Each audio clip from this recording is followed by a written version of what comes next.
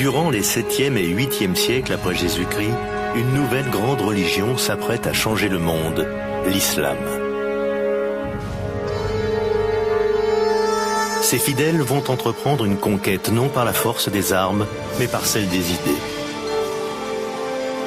200 ans après la mort de Mahomet, le message qu'il a laissé et le nouvel empire islamique qu'il a fondé vont transformer 3 continents. C'est l'apparition d'un nouvel empire, d'une nouvelle configuration politique menée par une civilisation religieuse nouvellement définie. Cette nouvelle civilisation se développe au-delà de ses propres rêves et en très peu de temps. C'est le plus grand empire que l'humanité ait jamais connu.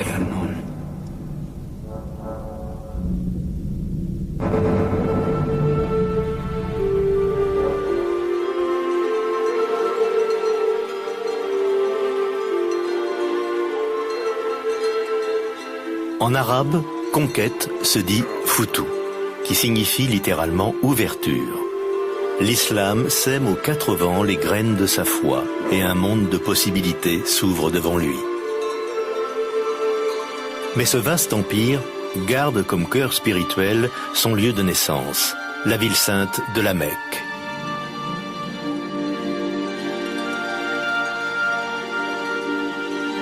Venus des 4 coins du monde musulman, des fidèles se rendent à la Mecque.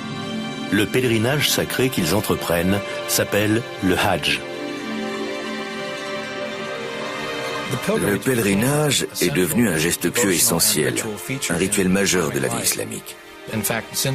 Depuis l'époque de Mahomet, le pèlerinage symbolise plus que n'importe quel autre rituel musulman l'unité, l'égalité entre tous les hommes.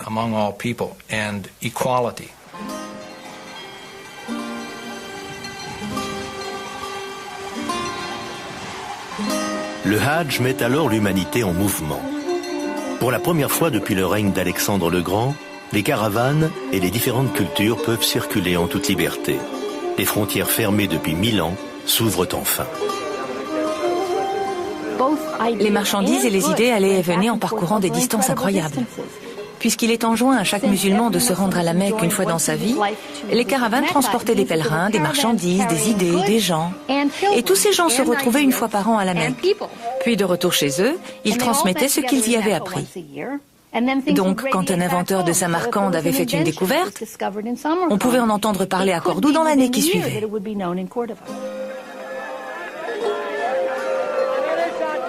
Bientôt, les marchands vont suivre les pèlerins. Mahomet était lui-même un homme de commerce, et désormais la diffusion de son message s'accompagne de la propagation du commerce et du mode de vie islamique. L'activité commerciale du monde islamique était réellement importante, du fait de son emplacement géographique, entre ce qu'on appelait l'Occident et ce qu'on appelait l'Orient. C'était un pont naturel reliant la Chine à l'Europe.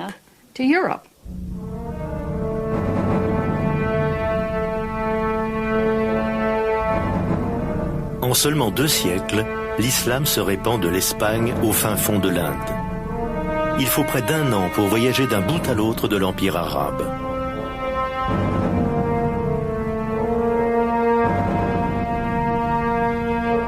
Il contient en son cœur une ville d'une richesse légendaire, Bagdad.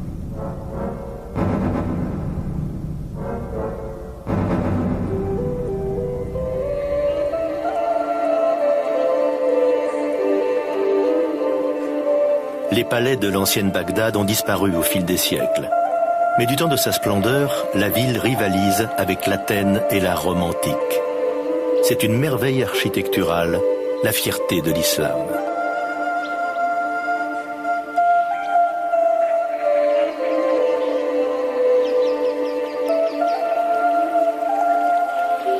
L'un de ses visiteurs en fait la description suivante.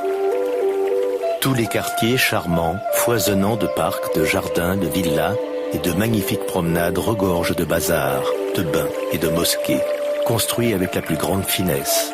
Ils s'étendent sur des lieux à la ronde, des 2 côtés du fleuve aux eaux scintillantes.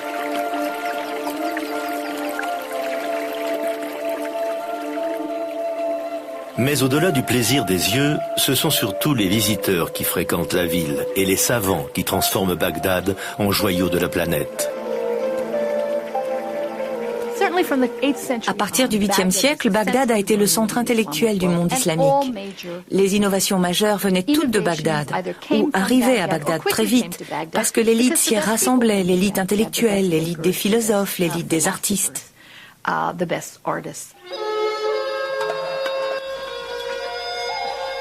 On vient à Bagdad pour trouver des réponses à des questions pragmatiques. L'expansion fulgurante de l'Empire submerge d'interrogations ses nouveaux dirigeants. Ils se retrouvent face à des problèmes techniques et logistiques colossaux. Pour les résoudre, ils doivent mobiliser les plus grands esprits de l'époque. Sous le nouvel empire, on se charge de l'hygiène publique, des marchés et des denrées vendues sur les marchés. Et tout cela exige des connaissances élémentaires. Le besoin de science de cette nouvelle civilisation trouve son origine dans la nécessité de faire fonctionner l'Empire. Les plus grands cerveaux répondent à l'appel. Les meilleurs sont accueillis dans un haut lieu du savoir, la très réputée maison de la sagesse de Bagdad. C'était un pôle d'attraction pour les érudits et les intellectuels. Ils venaient travailler dans les académies, dans les bibliothèques publiques, qui étaient associées à la maison de la sagesse. Les savants venaient des quatre coins de l'Empire. Ils venaient d'Iran, de Byzance. Il y avait des chrétiens, des musulmans, des juifs. Et tous ces courants différents de la connaissance humaine se rassemblaient dans la ville de Bagdad.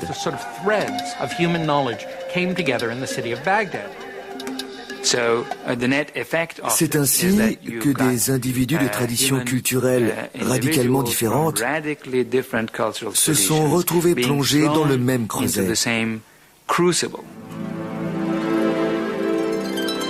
Le défi qui attend ces intellectuels est immense.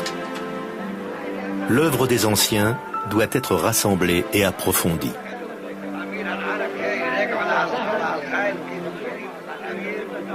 La concurrence se développe au sein de la nouvelle élite intellectuelle. Tous les scientifiques se faisaient concurrence pour le même poste, presque de la même manière que les bureaucrates ou les académiciens d'aujourd'hui rivalisent les uns contre les autres.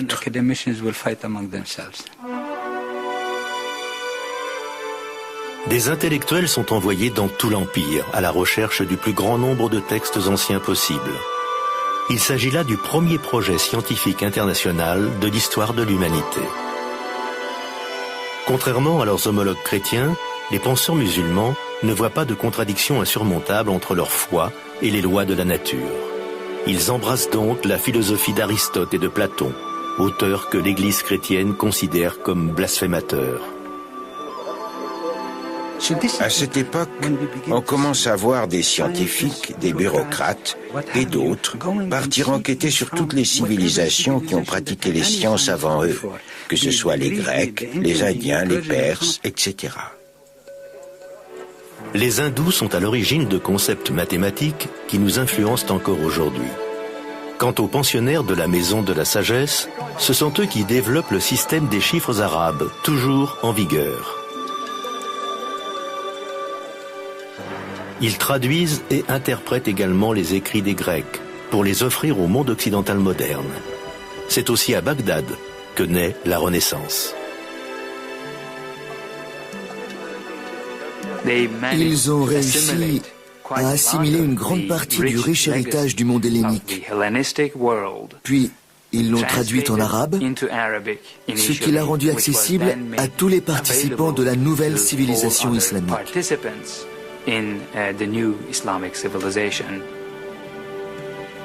L'arabe apparaît comme la langue de l'apprentissage dans toute la région. C'est un progrès considérable dans l'histoire intellectuelle de l'humanité.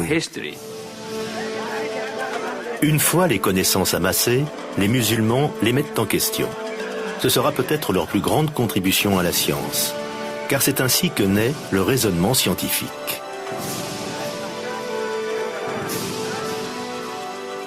Ils voulaient savoir pourquoi un scientifique grec très intelligent, dont ils admiraient le texte qu'ils étaient en train de vérifier, avait pu se tromper. Ils se sont donc demandé si c'était parce qu'ils n'avaient pas les bons instruments ou parce qu'ils n'avaient pas la bonne méthodologie pour utiliser ces instruments lui servant à vérifier ses observations. Il s'agit de cet esprit-là, de ce questionnement, de cette idée qu'il faut bâtir la science constamment sur des bases systématiques et cohérentes. Lorsque l'on fait une proposition physique quant au fonctionnement de l'univers, la représentation mathématique de cet univers physique doit lui correspondre. À ce moment-là, commence à naître ce que j'appelle la nouvelle science islamique. L'algèbre et la trigonométrie, l'ingénierie et l'astronomie, quantité de domaines qui font partie intégrante de notre vie d'aujourd'hui, ont pour origine les scientifiques islamiques. Plus surprenantes encore sont leurs innovations en médecine. À une époque où les Européens prient leurs saints pour qu'ils les guérissent de leurs maladies, les médecins musulmans développent une théorie innovatrice selon laquelle la maladie se transmet par l'intermédiaire de minuscules organismes portés par le vent, l'ancêtre de la microbiologie.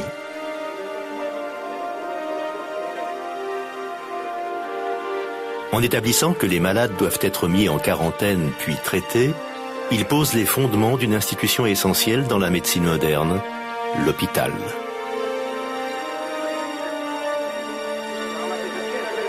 Les hôpitaux musulmans sont financés principalement grâce à des fonds religieux. Ils contiennent des salles séparées dans lesquelles sont répartis les patients selon les différents types de maladies. Même les maladies mentales y sont traitées. Leurs études anatomiques sont si sophistiquées qu'elles seront utilisées par les médecins musulmans et européens pendant 600 ans.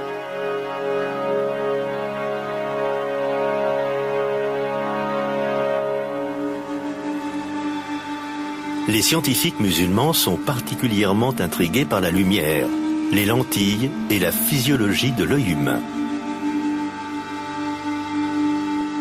Le père de l'optique est un musulman connu sous le nom d'Al-Hazen.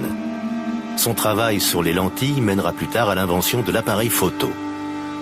Il est l'auteur du premier traité se risquant à expliquer la vision humaine.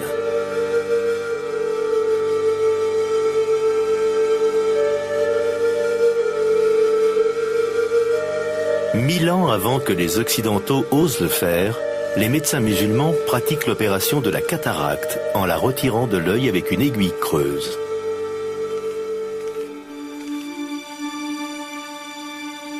Mais pour que toutes ces connaissances transforment et éclairent l'Empire, elles doivent être recopiées et partagées entre une centaine de villes du monde islamique. Pour ce faire, une nouvelle découverte apparaît. Une découverte toujours aussi essentielle à l'apprentissage et au savoir, le papier. Autour des années 700-750, à l'époque où les armées musulmanes sont arrivées en Asie centrale, elles y ont découvert le papier. Et très vite, la bureaucratie des pays musulmans s'en est servie. En 50 ans, le papier est apparu en Syrie, en Égypte, en Afrique du Nord, en Sicile, en Espagne. C'est comme ça que les Européens ont appris à fabriquer du papier. Ils l'ont appris grâce aux Arabes.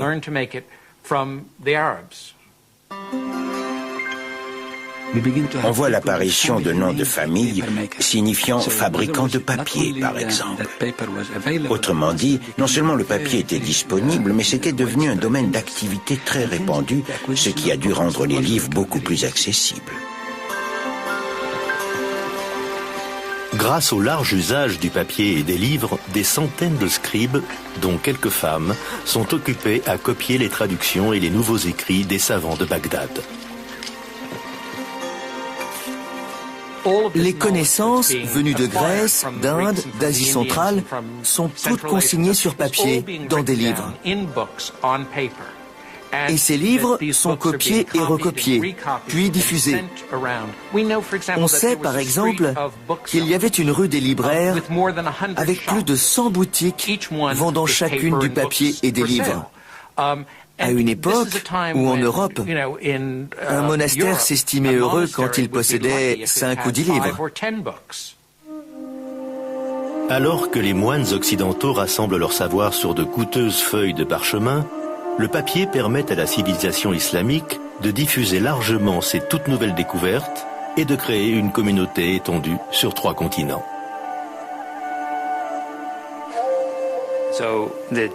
La plus grande particularité de la civilisation islamique, en dehors du fait qu'elle a rendu possible de nouvelles innovations, l'évolution des traditions d'apprentissage et bien d'autres choses encore,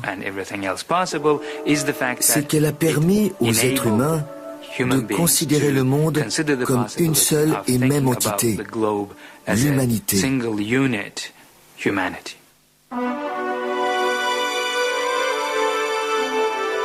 Dans ce vaste empire, il existe un endroit où les chrétiens peuvent côtoyer le mode de vie que les musulmans ont désormais adopté, le sud de l'Espagne.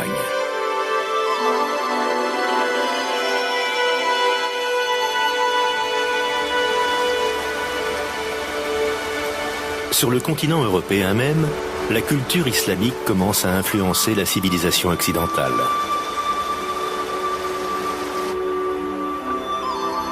Il y a 1 millier d'années, la ville espagnole de Cordoue était un centre d'études et de culture rivalisante avec Bagdad.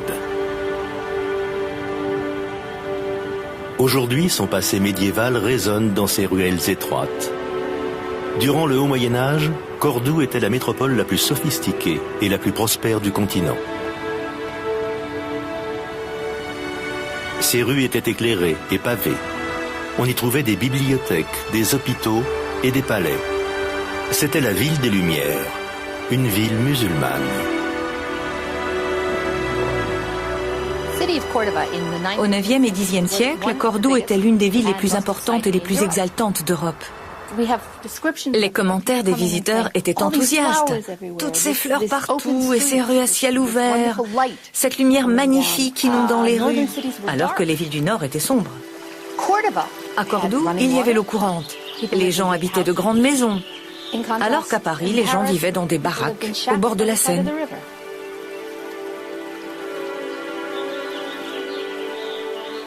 Voici ce qui fait alors la fierté de Cordoue. Cet édifice devenu aujourd'hui la grande cathédrale catholique de la ville. Mais la cathédrale de Cordoue a d'abord été une mosquée, l'une des plus grandes de l'Empire islamique.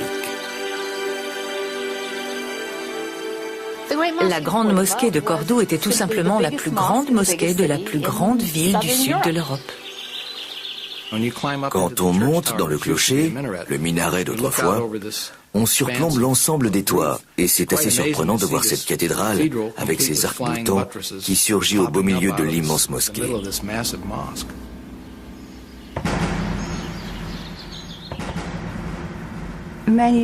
Beaucoup de gens venaient la visiter. On venait voir les merveilles de la mosquée, ses voûtes à nervures, des voûtes qui ont cette forme-là et qui, un siècle plus tard, ce n'est pas une coïncidence, contrairement à ce que vous pensez peut-être, sont apparues dans les cathédrales gothiques d'Europe du Nord, à Lincoln en Angleterre par exemple, ou à Chartres. De toute évidence, l'architecture de ces cathédrales a été influencée par la grande mosquée de Cordoue, dans le sud de l'Espagne. Pour les chrétiens européens qui voyagent peu, Cordoue est alors l'occasion unique d'entrevoir le monde islamique. Ce qu'ils voient les bouleverse. Alors que la majeure partie de l'Europe de l'époque est plongée dans la pauvreté et la misère, Cordoue est un modèle de prospérité et de culture. Au Xe siècle, une religieuse saxonne du nom imprononçable de Hrosvita a appelé Cordoue l'ornement du monde. Elle était très éprise du lieu et c'était une religieuse chrétienne.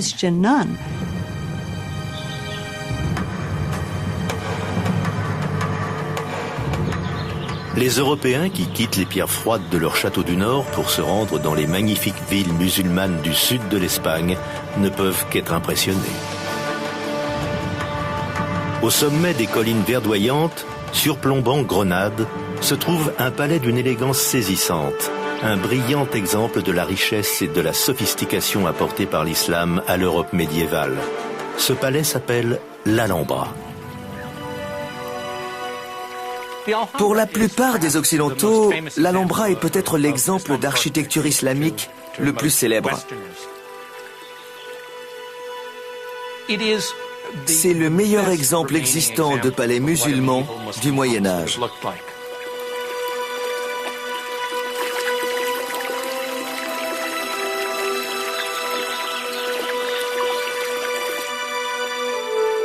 Les arabesques, les motifs géométriques finement sculptés et les piliers en marbre se font l'écho d'un style de vie aujourd'hui disparu, d'un luxe extraordinaire.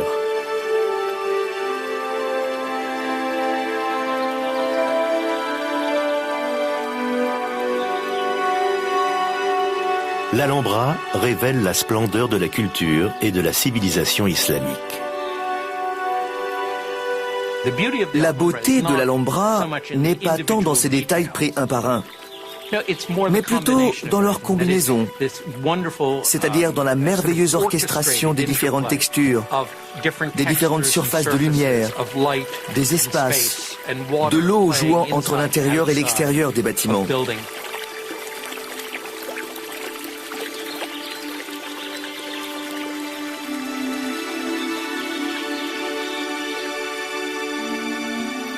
On dirait une symphonie composée de différents éléments qui ont été soigneusement assemblés pour le plaisir exquis du spectateur.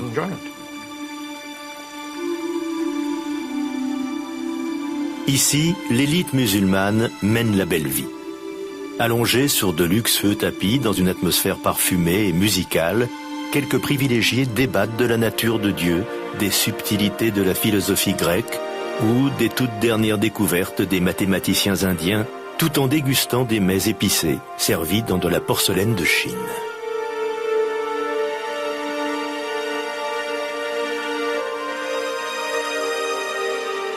Ils flânent dans des jardins luxuriants, arrosés grâce à un système complexe d'irrigation par gravité.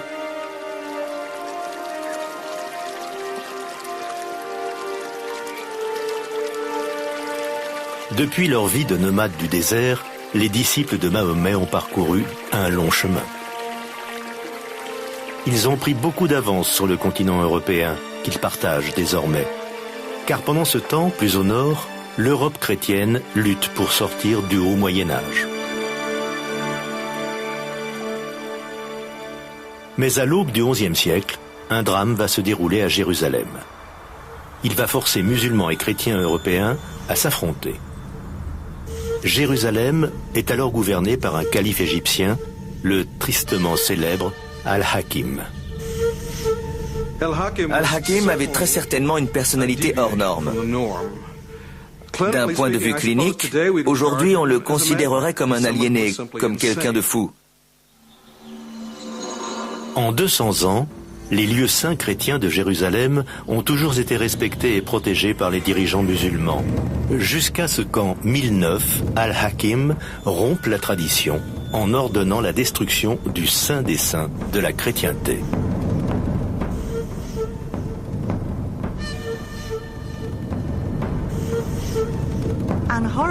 Et, comble de l'horreur, il a fait brûler l'église du Saint-Sépulcre à Jérusalem. Personne ne sait vraiment pourquoi. Et on a beau avoir toutes sortes de théories, le fait est que cela a fait trembler de terreur et d'angoisse l'ensemble de la communauté chrétienne. D'un certain côté, Al-Hakim était l'exception qui confirme la règle, selon la vision des chrétiens.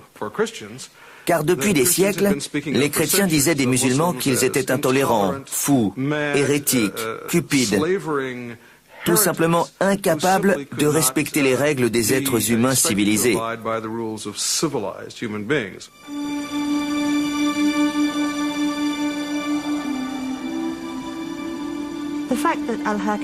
Le fait que le successeur d'Al-Hakim ait fait reconstruire l'église du Saint-Sépulcre en 1048 avec l'aide des Byzantins n'a pas suffi à briser la glace.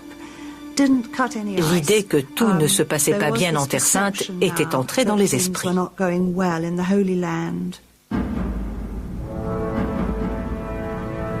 Un sentiment anti-musulman couve.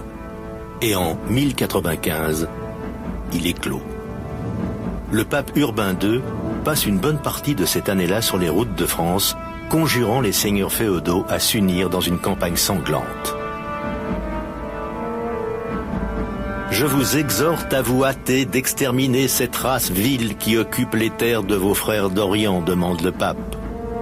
Jérusalem, cette cité royale au centre de la terre, vous implore de venir à son aide. C'est le Christ qui le commande. Cette fusion, ou plutôt ce mélange, des affaires militaires et de la religion, faisait évidemment l'affaire d'un pape, qui, en 1095, appelait à partir en croisade pour sauver les lieux saints menacés en Orient, et Jérusalem en particulier.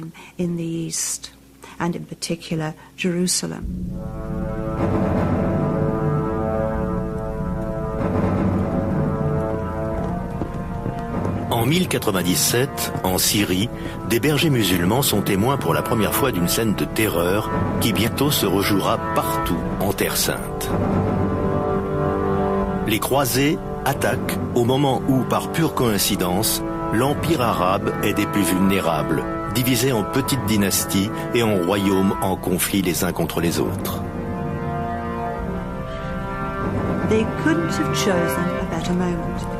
Ils ne pouvaient pas choisir meilleur moment. Le monde musulman était alors très morcelé. Ses grands chefs étaient morts, et c'est dans cette période de fragilité qu'est apparu cet ennemi des plus insoupçonnés, les croisés d'Europe occidentale. Qui aurait pu penser que le monde islamique serait attaqué par un nouvel ennemi venu de cette région? C'était sans précédent. Les musulmans ont été très surpris. Ils ne savaient pas vraiment à qui ils avaient affaire. Ils pensaient que ce n'était qu'une nouvelle bande de Byzantins venus leur chercher des noises et se battre aux frontières. Ils ne soupçonnaient pas qu'il s'agissait d'Européens poussés par un élan extraordinaire de ferveur religieuse et de fanatisme, et dont l'objectif était Jérusalem.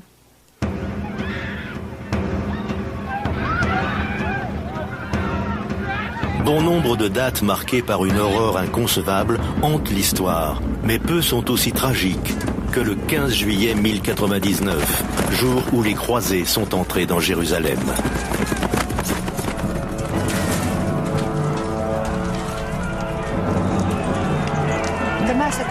Il y a certainement eu un terrible massacre. La peur, la population qui prend la fuite. Cela a dû être épouvantable. Extrait d'une lettre de croisée adressée au pape. Si vous désirez savoir quel sort fut réservé aux infidèles qui se trouvaient dans la ville, sachez que nos cavaliers s'avançaient dans le sang des Sarrasins qui s'élevaient jusqu'aux genoux de leurs chevaux. Ils ont vu la ville sainte et ça les a mis dans un état second. Ils ont déferlé sur la ville, poussés par le fanatisme et la ferveur religieuse. Et c'est peut-être pour cela que ce massacre commis au nom de la chrétienté a été si terrible. Les musulmans considèrent, à juste titre, qu'une ombre a alors été jetée sur la chrétienté.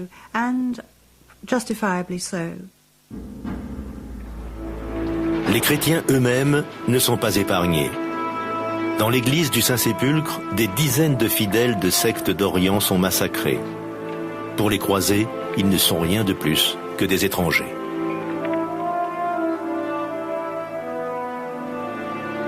Un chroniqueur chrétien décrit le carnage. Les Sarrasins épargnés furent réquisitionnés pour porter les cadavres hors des enceintes et les rassembler en immenses tas. Personne n'avait jamais été témoin d'un tel massacre de païens. Les bûchers qu'ils constituèrent ressemblaient à des pyramides.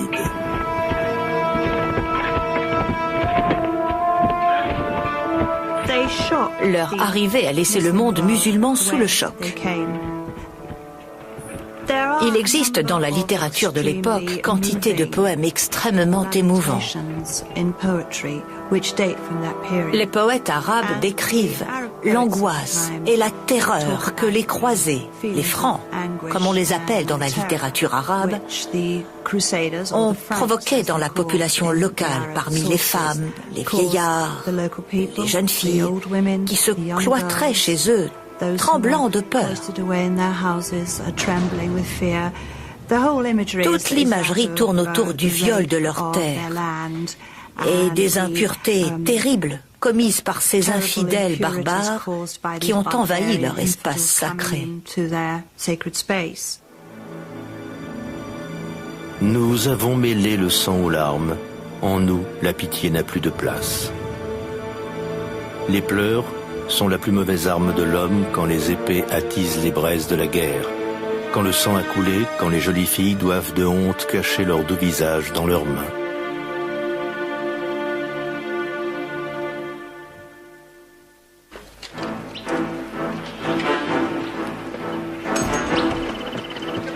La première croisade s'achève. Sur les 100 000 hommes présents au début de la campagne, la plupart vont rentrer en Europe en n'ayant eu qu'un petit aperçu de la vie musulmane.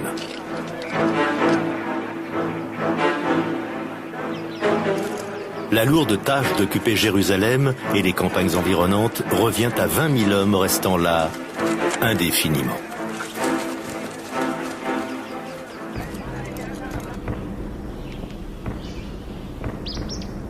Afin d'assurer leur position, les occupants procèdent de la même manière qu'en Europe.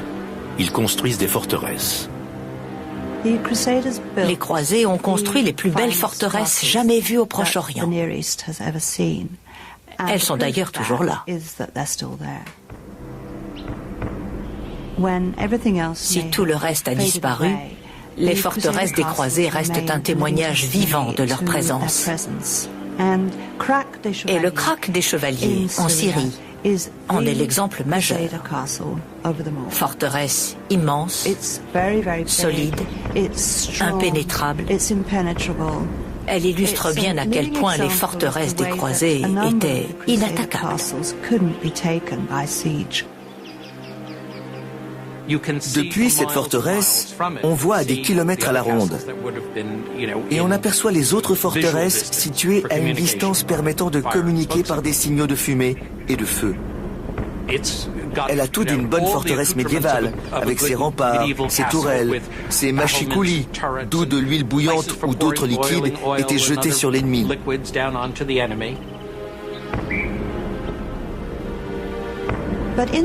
Mais comment se déroulait la vie à l'intérieur de cette forteresse?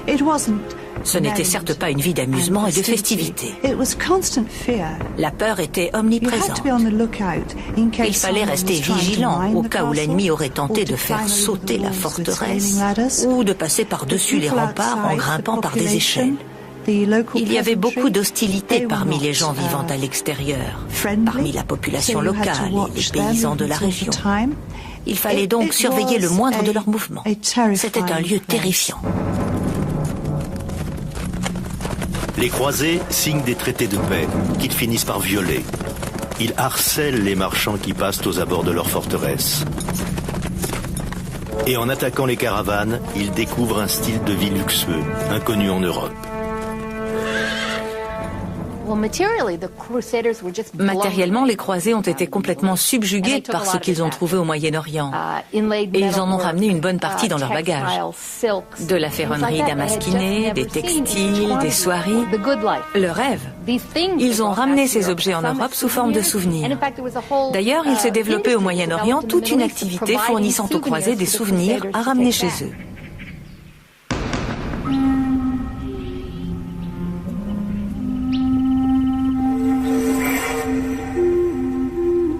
Du point point de vue des Occidentaux, on considère que les croisés ont eu une influence décisive sur le cours des événements du monde et dévastatrice sur le commerce et la culture islamique.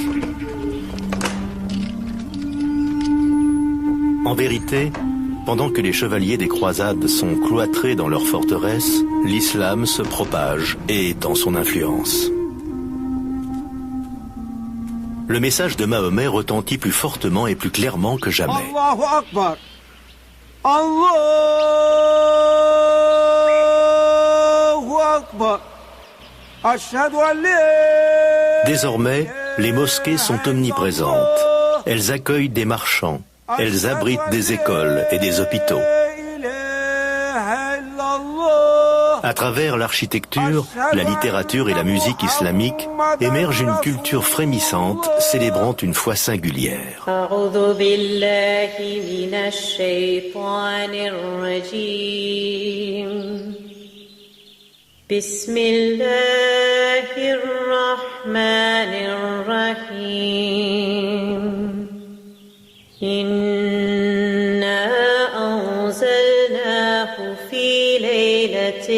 القدر وما أدراك ما ليلة القدر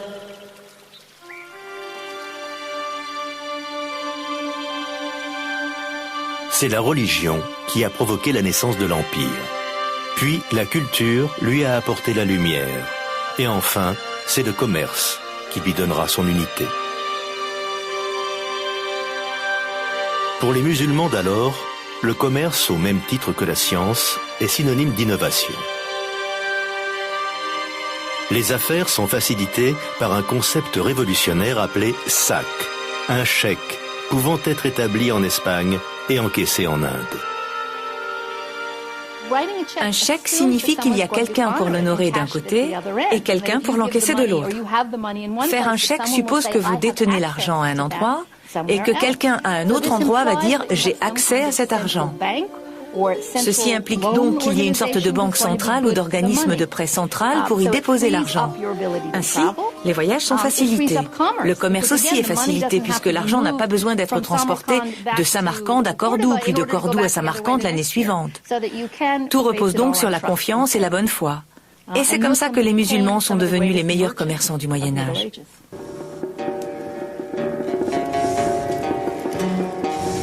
Les meilleurs artisans aussi.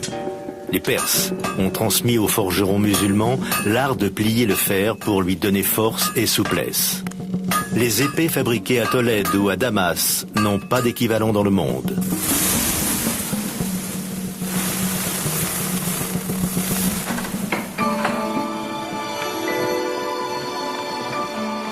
Mais le pilier de l'économie florissante du monde islamique est le textile. Le produit des métiers à tisser musulmans est très demandé. On veut du cachemire, du coton, de la soie. L'activité du textile était l'équivalent médiéval de l'industrie pétrolière ou de la métallurgie d'aujourd'hui. Elle comprenait non seulement la culture des plantes, mais aussi la fabrication de toutes les teintures. Les teintures coûtaient particulièrement cher et étaient importées de très loin. Il y avait aussi toutes les installations, le matériel, les outils de tissage, et puis il fallait transporter les tissus. Donc les métiers de la fabrication et du transport des tissus, de manière collective, étaient la base de l'économie de l'époque.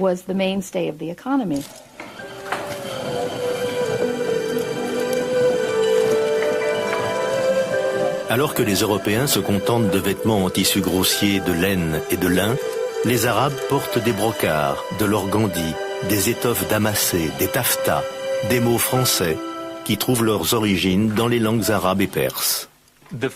Les étoffes que le monde islamique fabriquait sont parmi les plus belles jamais produites. Elles étaient faites à partir non seulement de lin et de coton, mais aussi et surtout de soie très sophistiquée, de fils d'or tissés avec des fils de soie. Et elles étaient décorées de motifs très compliqués.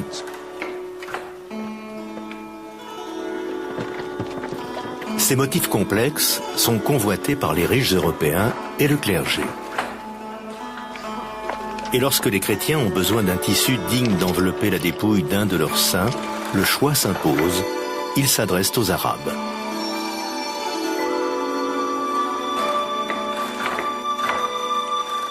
Mais il arrive que les tissus soient ornés de textes décoratifs tirés du Coran. C'est ainsi que les mots du prophète apparaissent parfois à proximité des idoles les plus sacrées de la religion chrétienne.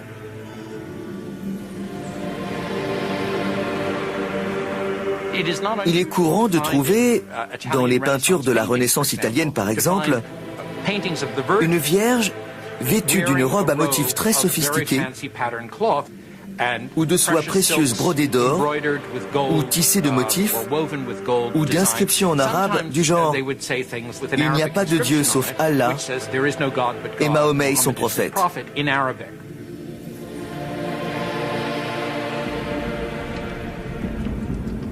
Après presque un siècle de traités de paix violés et de batailles à répétition, les musulmans sont à un tournant dans leur lutte contre les croisés.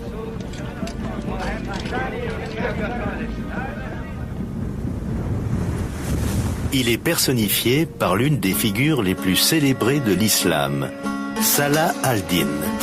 Mais c'est sous le nom de Saladin que les Occidentaux s'en souviendront et finiront par l'admirer. Et il faut bien reconnaître que Saladin a réussi là où avaient échoué bien d'autres personnes de sa confession et issues de la même région du monde que lui.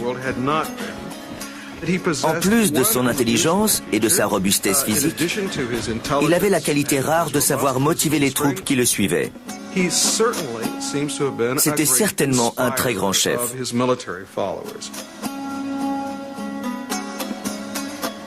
En 1187, Saladin rassemble une armée de 12 000 cavaliers et attire les croisés hors de Jérusalem dans une plaine située entre deux monts appelés les Cornes de Hattin.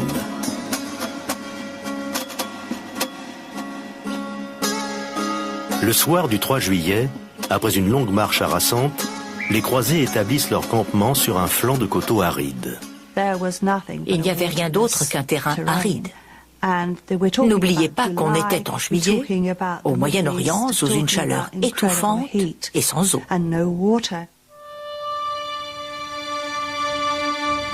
Au petit matin, les guerriers de Saladin embrasent les herbes hautes et le vent fort pousse les flammes jusqu'au campement des croisés. Très vite, les chrétiens se retrouvent encerclés par l'ennemi selon la tactique musulmane. Ils sont pris de panique.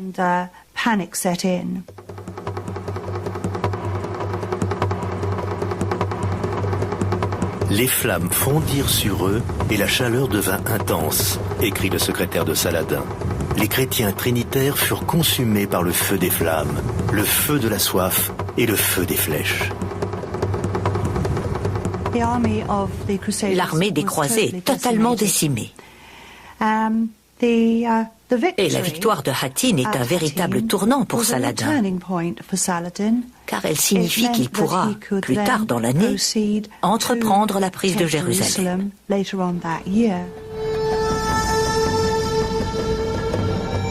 3 mois plus tard, Saladin pénètre dans Jérusalem. Pour la première fois en près de 100 ans, on entend à nouveau l'appel à la prière dans toute la ville sainte. Allahu Akbar. Ashhadu an la ilaha illallah. Ashhadu an la. Et malgré tout, aussi étonnant que cela puisse paraître, Saladin ne lance aucune représaille contre les chrétiens ou leur lieu saint. Dans l'église du Saint-Sépulcre, on continue de célébrer la messe. Saladin décrète également que les chrétiens souhaitant quitter la ville peuvent le faire en emportant leurs biens. Ceux qui choisissent de rester pourront pratiquer leur religion en toute liberté. Sa réputation finit par atteindre l'Europe occidentale. On découvre le comportement qu'il a eu après la conquête de Jérusalem. Et petit à petit, il devient le musulman le plus célèbre de tous les temps.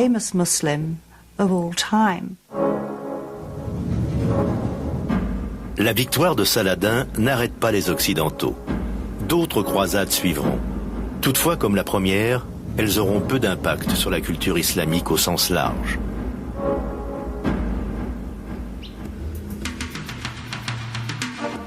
Les croisés finiront par être chassés de leur forteresse et par retourner en Europe. ils laisseront pour seul héritage durable quelques châteaux abandonnés. Mais ils ont été transformés par leur contact avec la culture islamique, qui aura à leur retour de croisade un impact profond sur la vie européenne. Ils ont été émerveillés par la culture qu'ils ont découverte là-bas. La qualité des marchandises, des produits était bien meilleure que tout ce qu'ils pouvaient trouver dans leur pays. Ils en ont ramené dans leur bagage. Ils sont revenus par exemple avec le goût de la cuisine très épicée. Ils ont importé du poivre, de la cannelle et d'autres épices d'Orient parce que leur papille avait été stimulée par des goûts différents.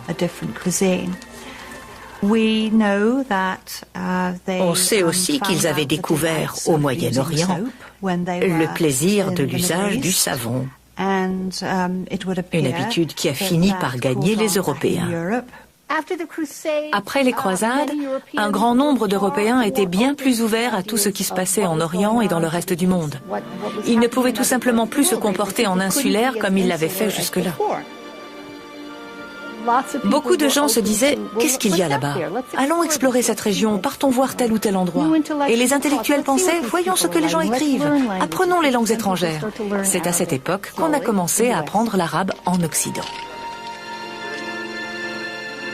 Quand la barrière de la langue commence à tomber, les idées nées dans les grandes villes musulmanes s'introduisent en Europe.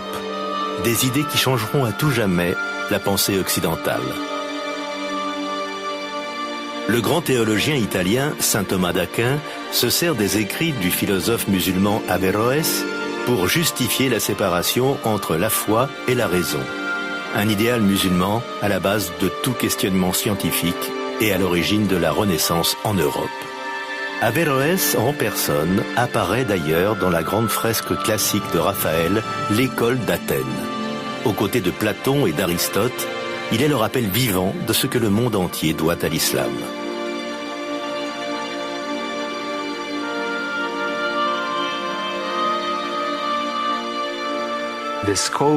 La civilisation islamique a acquis une envergure jamais atteinte par aucune autre civilisation connue dans le monde. Personne n'avait réussi cela. Elle a vraiment réuni des régions de la planète d'une manière jamais observée auparavant. Mais cet âge d'or ne durera pas.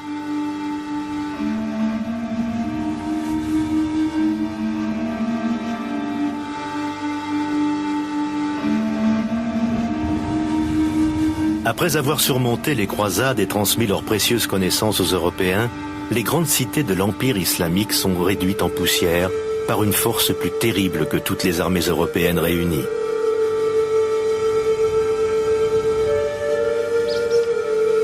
Les bibliothèques sont détruites, les richesses pillées. Les villes abandonnées restent muettes après avoir subi des ravages en provenance non pas de l'Ouest, mais de l'Est. C'est le désastre mongol.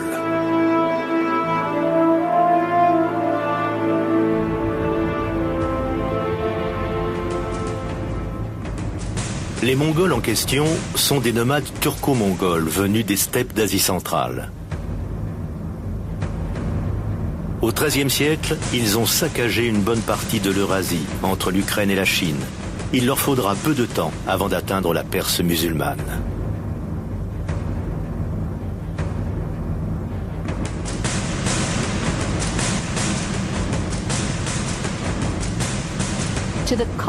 Pour les citadins musulmans cultivés, ces gens étaient une bande de sauvages.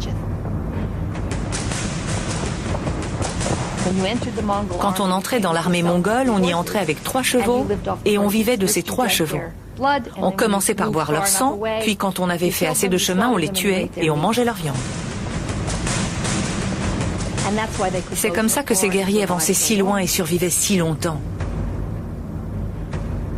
La terreur est la principale tactique des Mongols.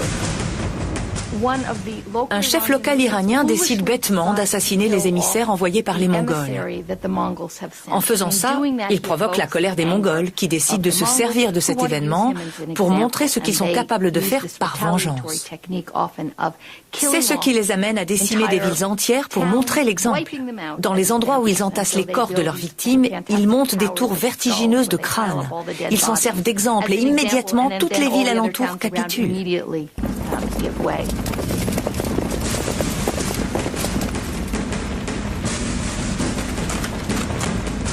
Les villes tombent les unes après les autres. Les Mongols vont bientôt rejoindre le cœur de la puissance islamique.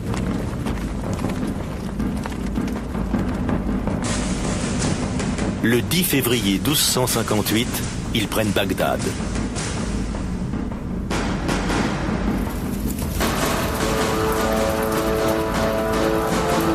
Selon les chroniqueurs arabes de l'époque, les Mongols mettent Bagdad à feu et à sang et tuent 10 000 habitants.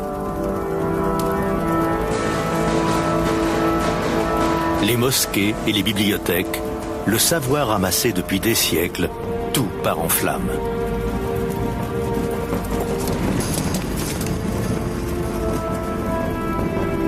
En moins de 50 ans, les Mongols s'emparent du cœur de l'Empire.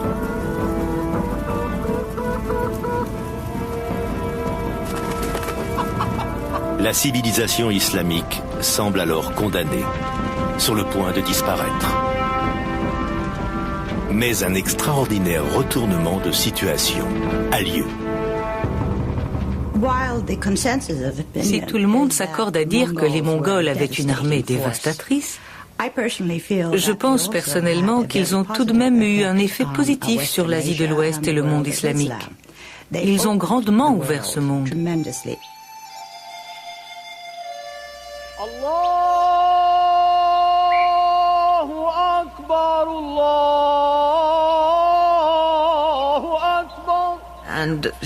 D'un point de vue historique, pour nous, la chose la plus importante concernant les Mongols est qu'ils sont devenus musulmans. La plupart a fini par se convertir à l'islam. Et après avoir été ces guerriers extrêmement dévastateurs, ils sont entrés parmi les plus grands défenseurs des arts et des lettres de toute l'histoire islamique.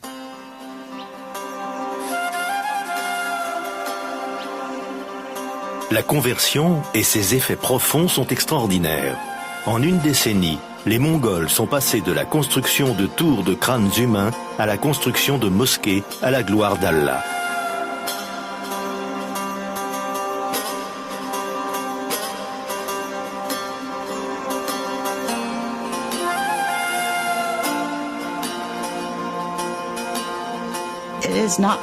Ce n'est pas surprenant pour moi que la terre ait conquis ses conquérants. Les Mongols sont devenus des musulmans ou des chefs islamiques par excellence. Les Mongols transforment l'islam. Désormais, les Arabes qui ont créé la puissance islamique ne sont pas les seuls à pouvoir la diriger. Les Mongols ont ouvert la voie au canon d'un autre grand empire. L'Empire ottoman.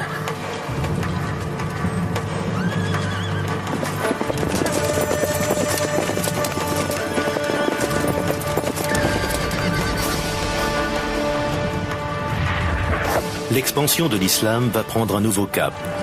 Elle va avancer en direction à la fois de l'ouest et de l'est, au rythme des tambours turcs.